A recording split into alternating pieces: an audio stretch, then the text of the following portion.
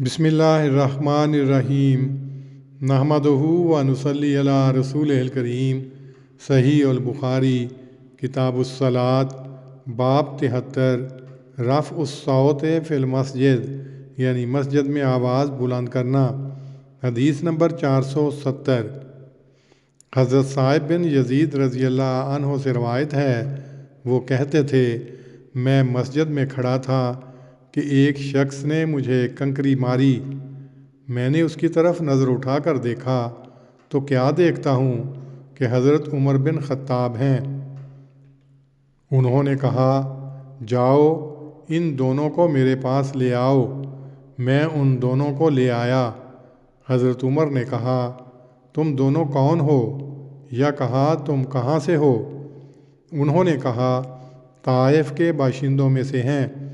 کہا اگر تم اس شہر کے باشندے ہوتے تو میں تمہاری دردیں نکالتا۔ رسول اللہ صلی اللہ علیہ وسلم کی مسجد میں تم اپنی آوازیں بلند کرتے ہو۔ اسی باب کی اگلی حدیث 481 ہے۔ حضرت کعب بن مالک رضی اللہ عنہ سے روایت ہے کہ انہوں نے نبی صلی اللہ علیہ وسلم کے زمانے میں مسجد میں حضرت ابن ابی حضرت سے اپنے ایک قرضے کا جو کہ ان کے ذمہ تھا تقاضا کیا، اور ان کی آوازیں اتنی بلند ہو گئیں کہ رسول اللہ صلی اللہ علیہ وسلم نے سن لیں، حالانکہ آپ اپنے گھر میں تھے، اور آپ ان کی طرف باہر آئے اور اپنی کوٹھری کا پردہ ہٹایا اور پکارا کعب بن مالک، اے کعب! کہا حاضر یا رسول اللہ، تو آپ صلی اللہ علیہ وسلم نے اپنے ہاتھ سے اشارہ کیا کہ اپنے قرضہ سے نصف کم کر دو۔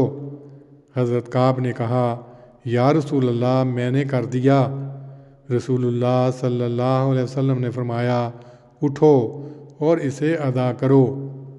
تشریح: یہ باب بھی ایک اختلاف کی وجہ سے قائم کیا گیا ہے۔ امام مالک مسجد میں اونچی آواز سے بولنا مطلقاً مکروہ سمجھتے تھے، مگر بعض نے دینی معلومات حاصل کرنے یا دینے کے لیے مسجد میں بلند آواز سے بولنے کو مستثنیٰ کیا ہے۔ ابن ماجہ نے بہت سی روایات جمع کی ہیں جن سے معلوم ہوتا ہے کہ مسجد میں بلند آواز سے بولنا ناپسندیدہ امر ہے۔ ابن ماجہ کتاب المساجد۔ اس باب کے ذیل میں دو روایتیں لا کر امام بخاری ایک درمیانی راہ کی طرف اشارہ کر رہے ہیں۔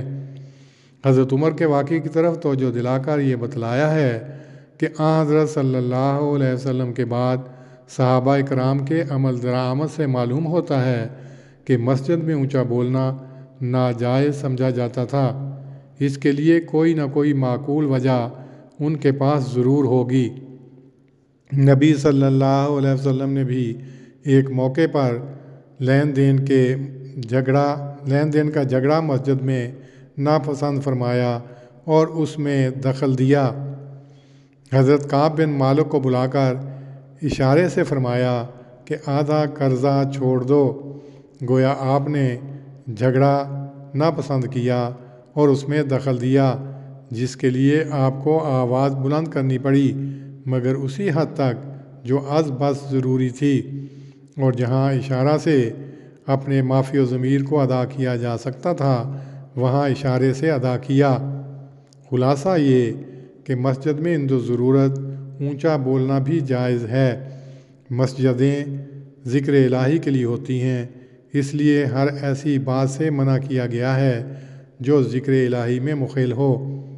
اللہم صلی علی محمد وعلی آل محمد کما صلیت علی ابراہیم وعلی آل ابراہیم انک حمید مجید۔ اللہم بارک علی محمد وعلی آل محمد کما بارکت علی ابراہیم وعلی آل ابراہیم انک حمید مجید۔